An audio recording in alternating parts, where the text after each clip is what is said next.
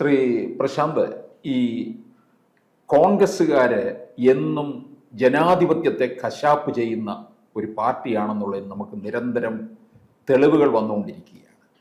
ഇപ്പോൾ നമ്മൾ പാർലമെന്റിലും പുറത്തുമൊക്കെ രാഹുൽ ഗാന്ധിയുടെ പല പ്രവർത്തികളും നമുക്ക് അത്തരത്തിലാണ്.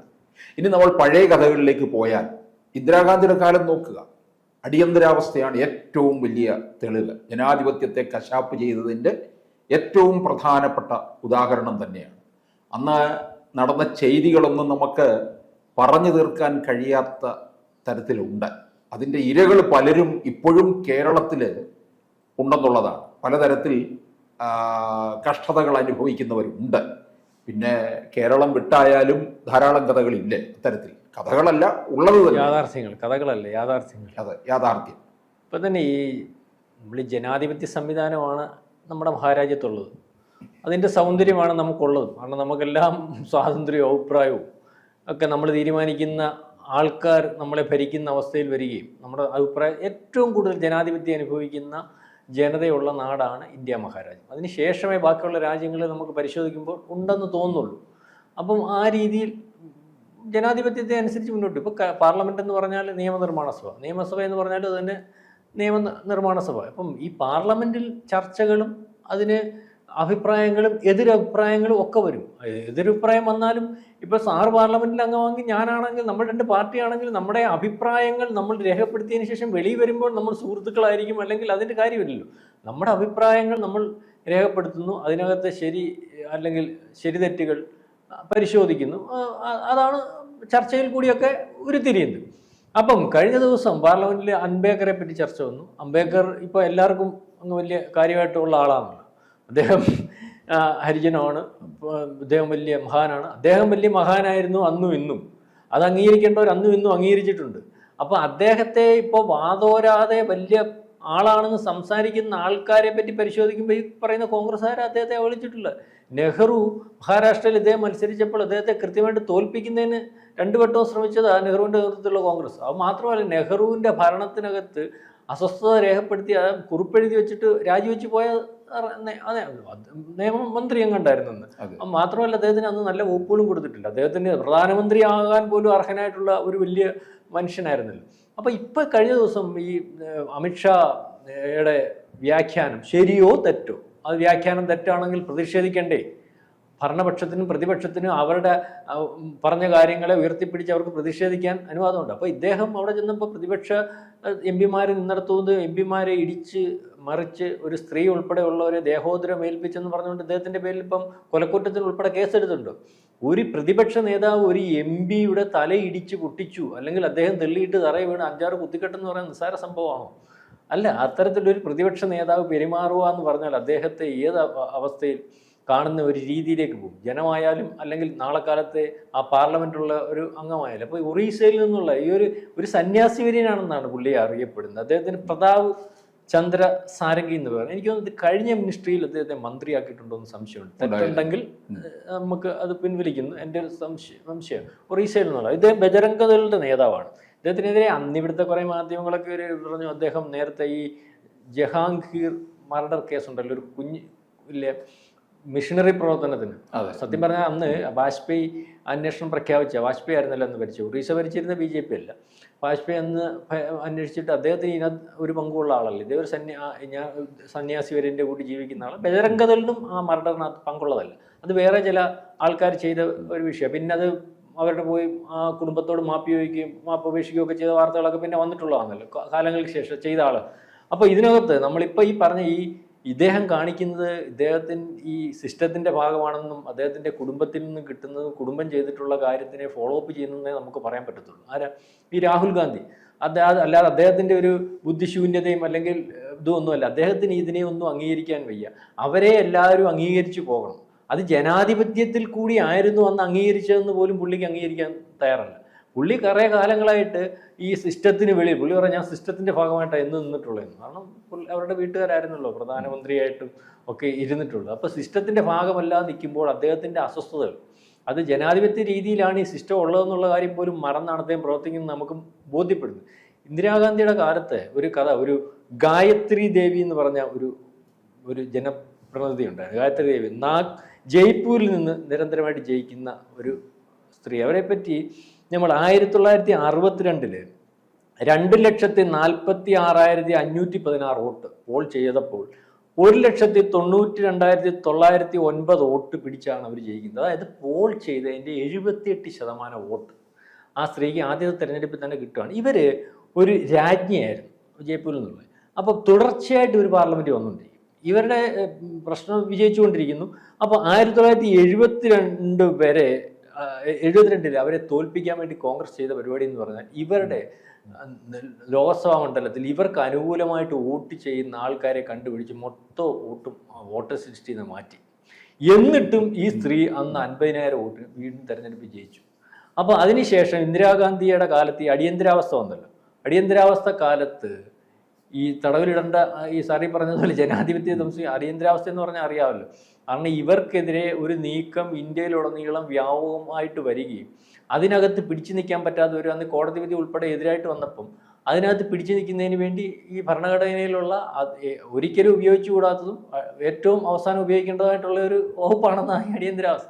അതെടുത്ത് ഉപയോഗിക്കുകയും മാധ്യമങ്ങളിലും നേതാക്കന്മാരെയൊക്കെ ജയിലിലടയ്ക്കുന്ന ഒരു അവസ്ഥയിലേക്ക് പോകുന്നതാണല്ലോ അടിയന്തരാവസ്ഥ. അതായത് ക്രൂരമായ ഒരു നിയമം. അതായത് രാജ്യത്താർക്കും സ്വാതന്ത്ര്യമില്ല, എല്ലാം അല്ലെങ്കിൽ പട്ടാളത്തിനോ അല്ലെങ്കിൽ ആ സംവിധാനത്തിനോ തീരുമാനിക്കുക. അതിനകത്ത് ന്യായാന്യായങ്ങളൊന്നുമില്ല, വിചാരണയോ ഒന്നും ഇല്ല എന്നാണ് ഞാൻ കരുതുന്നത്. അപ്പം അതിനകത്ത് ഈ ജയിലിലടയ്ക്കുന്നതിൻ്റെ കൂട്ടത്തിൽ ഈ സ്ത്രീയെ ഉൾപ്പെടുത്തി. ഇവർ ആശുപത്രിയിൽ ചികിത്സയിലായിരുന്നു. ആശുപത്രി ചികിത്സയിൽ തിരിച്ച് പാർലമെന്റ് വന്നു. പാർലമെന്റെല്ലാം ഒഴിഞ്ഞു കിടക്കുന്നു. ഇവരെ ഉടനെ ജയിലിൽ പിടിച്ചിടുന്നു. ജയിലിൽ പിടിച്ചിട്ട് ഇവരെ വളരെ ക്രൂരമായിട്ട് ജയിലിൽ സഹതടവുകാരും ഉദ്യോഗസ്ഥരെയും കൊണ്ട് മർദ്ദിച്ച് അവശയാക്കുന്നു. ഇവരെ 2 പേര് മാത്രം കുടുംബാംഗമാണെന്ന് ഒരു സ്ത്രീയാണെന്നുള്ള പരിഗണന വേണം. മാത്രം പാർക്കാൻ പറ്റുന്ന ഒരു സെല്ലിനകത്തിരുന്നു. അതിനകത്ത് എലികളെ കയറ്റി വിടുന്നു. വളരെ ക്രൂരമായിട്ട് അവരെ എവിടെ വെച്ച് അവർക്ക് അൾസർ ബാധിച്ച് വളരെ ക്രിട്ടിക്കൽ സ്റ്റേജിൽ വരുന്നു. ഇവരെ കൊണ്ട് അവസാനം ജയിലിൽ വെച്ച് അടിയന്തരാവസ്ഥയ്ക്ക് അനുകൂലമായിട്ട് എഴുതിച്ച് ഇനി ഒരു കാലത്തും തെരഞ്ഞെടുപ്പിൽ മത്സരിക്കത്തില്ലെന്ന് എഴുതി മേടിച്ചിട്ടാണ് ഇവരെ റിലീസ് ചെയ്യുന്നത്. എന്നിട്ട് ഈ സ്ത്രീ അതിനുശേഷം അവരുടെ വീട്ടിൽ വന്ന് നോക്കുമ്പം അധികാരം ഉപയോഗിച്ച് ഇവരുടെ സ്വത്തുക്കൾ മൊത്തവും ഗവൺമെൻറ് കണ്ടുകെട്ടിയിരിക്കുകയാണ്. ധാരാളം ഭൂസ്വത്തുക്കളുള്ള രാജ്ഞിയായിട്ടിരുന്ന സ്ത്രീ കണ്ടുകെട്ടുകയാണ്. എന്നിട്ട് ഈ സ്ത്രീയുടെ പ്രത്യേകത എന്ന് പറഞ്ഞാൽ ഇവർ അതീവ സുന്ദരിയായിരുന്നു. ഈ ഇന്ദിരാഗാന്ധിയെ പറ്റി പറയുന്നത് ഇവർക്ക് അങ്ങനൊന്നും ആൾക്കാരെ അവർക്ക് അപ്പുറം നിൽക്കുന്ന ആൾക്കാരെ മാനസികമായിട്ട് ഉൾക്കൊള്ളാനുള്ള മാനസികാവസ്ഥ പോലും ഇല്ലാത്ത സ്ത്രീയായിരുന്നു. സൗന്ദര്യമുള്ളവരും അല്ലെങ്കിൽ കഴിവുള്ളവരും ഒന്നും ഉൾക്കൊള്ളാൻ പറ്റുന്ന, അതായത് കൃത്യമായ ഒരു സ്വേച്ഛാധിപതിയുടെ എല്ലാ ലക്ഷണങ്ങളും അത് എടുത്തു വെച്ച് പ്രയോഗിക്കാനുള്ള എല്ലാ അധികാരങ്ങളും അവരുടെ കരങ്ങളിൽ ഉണ്ടായിരുന്നതാണ്. അപ്പം ആ സമയത്ത് ഇവരുടെ വേറെ പ്രത്യേകത എന്ന് പറഞ്ഞാൽ ഇവര് ഇന്ദിരാഗാന്ധിയുടെ സഹപാഠിയായിരുന്നു. സഹപാഠി എന്ന് പറഞ്ഞാൽ ശാന്തി നികേതനിൽ ഇവർ കൂടെ പഠിച്ചു. അപ്പം തിരിച്ചു വീട്ടിൽ ചെന്നപ്പോൾ ഇവരുടെ സ്വത്തും സംഭവം എല്ലാം ആയിട്ട് അങ്ങനെ കാലം ചെയ്ത ഒരു സ്ത്രീയുടെ കഥ. അതായത് ഞാനീ പറയുമ്പം ഇവരിപ്പം പാർലമെന്റിൽ ഇപ്പോൾ ഈ രാഹുൽ ഗാന്ധി ആയാലും കോൺഗ്രസ് ആയാലും അല്ലെങ്കിൽ ഭരണഘടനയെ പറ്റി പറയുകയും ജനാധിപത്യ സംവിധാനത്തെ പറ്റി പറയുകയും ഈ സ്വാതന്ത്ര്യത്തിനെ പറ്റി പറയുകയും ഇവിടുത്തെ സാധാരണക്കാരനെ പറ്റി പറയുകയും സംവരണത്തെ പറ്റി പറയുകയൊക്കെ ചെയ്യുമ്പോൾ ഇവരുടെ കാലത്തുടനീളം പരിശോധിക്കുമ്പോൾ അല്ലെങ്കിൽ നമുക്ക് ദീർഘമായിട്ട് അതിനെപ്പറ്റി മനസ്സിലാവുമ്പോൾ ഒന്നും നടന്നിട്ടില്ല. ഇന്ദിരാഗാന്ധിയുടെ കാലത്ത് ജഡ്ജിമാരെ പോലും കൃത്യമായിട്ട് നിയമ സംവിധാനത്തിൽ കൂടി അല്ലെങ്കിൽ അവരുടെ നിയമങ്ങൾ നടപ്പാക്കാൻ സാധിച്ചിട്ടില്ല. അവർക്കെതിരെ ഈ പ്രധാനമന്ത്രിക്കെതിരെ ക്രിമിനൽ ഒഫൻസ് ഒന്നും എടുത്തുകൂടാന്നുള്ള നിയമം അവർ കൊണ്ടുവന്നില്ല. മാത്രമല്ല അവർക്ക് അനുകൂലമല്ലാത്ത ജഡ്ജിമാരെ മാറ്റി തീരുമാനിക്കുന്ന, അവർക്ക് ഇഷ്ടമുള്ള ജഡ്ജിമാരെ തീരുമാനിക്കുന്ന നിയമങ്ങളിലേക്ക് അവർ കൊണ്ടുവന്നില്ല. അതായത് എല്ലാ രീതിയിലും ഈ ജനാധിപത്യത്തെ ധ്വംസിച്ചുകൊണ്ട് അല്ലെങ്കിൽ സ്വേച്ഛാധിപത്യ രീതിയിൽ ജനാധിപത്യത്തെ എങ്ങനെ കൊണ്ടുപോകാം, അത് പാർട്ടിക്കകത്തായാലും നമ്മുടെ രാജ്യത്തായാലും നടപ്പാക്കിയ ഒരു പാരമ്പര്യമാണ് നമുക്ക് പുറകോട്ട് പോകുമ്പോൾ മനസ്സിലാക്കുന്നത്. അതിൻ്റെ ഒരു രീതി തന്നെയാണ് ഇപ്പം തന്നെ ഇദ്ദേഹം കരാട്ടെ ബ്ലാക്ക് ബെൽറ്റ് കണ്ടൊക്കെയാണെന്ന് ഇദ്ദേഹത്തിൻ്റെ ഒരു ശൈലി സാർ ശ്രദ്ധിച്ചിട്ടുണ്ട്. ഒരു രാഷ്ട്രീയക്കാരൻ്റെ ശൈലിയല്ലല്ലോ. നമ്മൾ ഇപ്പം വിദേശ രാജ്യങ്ങളെ കണ്ടുപഠിക്കുക, വിദേശ രാജ്യങ്ങളിലെ വസ്ത്രധാരണം കണ്ടുപഠിക്കുക. നമുക്ക് നമ്മുടെ സംസ്കാരം ഉണ്ടല്ലോ. നമ്മുടെ പാർലമെന്റ് അംഗങ്ങൾ വരുന്നതിൻ്റെ ഒരു മര്യാദയും അല്ലെങ്കിൽ പാർലമെന്റ് അംഗങ്ങളുടെ ഒരു രീതികളും ഒക്കെ വ്യത്യസ്തമായിട്ട് പുള്ളിയുടെ ഒരു രീതികളൊക്കെ ഉണ്ട്. നേരത്തെ അദ്ദേഹം മാന്യമായിട്ട് എനിക്ക് തോന്നുന്നൊരു ജൂബയും കുർത്തയൊക്കെ ഇട്ടുകൊണ്ട് വരുന്ന ഒരു കാലം, അത് പോട്ടെ, നല്ലൊരു വാസം. ഇപ്പം ഇദ്ദേഹം ഒരു ടീഷർട്ടും ഒക്കെ ഇട്ട് നമ്മുടെ ഈ ജിം ട്രെയിനർമാരൊക്കെ ഉണ്ടല്ലോ, അതേ രീതിയിലൊക്കെ പാർലമെന്റ് വരും. അതുപോലെ ഒരു പക്വതയില്ലായ്മ. രണ്ടാമത് അദ്ദേഹം പുറകിൽ കൈകെട്ടിയാണ് നടക്കുന്നത്. എപ്പോഴും ശ്രദ്ധയുണ്ട്. ഒരു നമ്മൾ പുറകെ കൈകെട്ടി നടക്കുന്ന ആൾക്കാരെ പറ്റി നമ്മുടെ വീട്ടിൽ നമ്മുടെ പൂർവീകരൊക്കെ പറയുന്നത് ഇവൻ ലക്ഷണം കെട്ടവൻ, ഇവൻ ലക്ഷണം അങ്ങനെ പറയും. ശരിയില്ലേ, ഇവനെന്താ പയ്യും പുറകെ കെട്ടി നടക്കുന്നത്, നമ്മുടെ അപ്പൂപ്പന്മാരൊക്കെ നമ്മുടെ. അപ്പൊ ഇതേ രീതിയിലുള്ള ഒരു അത് ആര് ശീലിപ്പിക്കുന്നു, അല്ലെങ്കിൽ ആരെ കണ്ട് ഇത് കണ്ടു പഠിക്കണ്ടേ, അല്ലെങ്കിൽ ഇതൊക്കെ എങ്ങനെയാ പഠിക്കുന്നത്?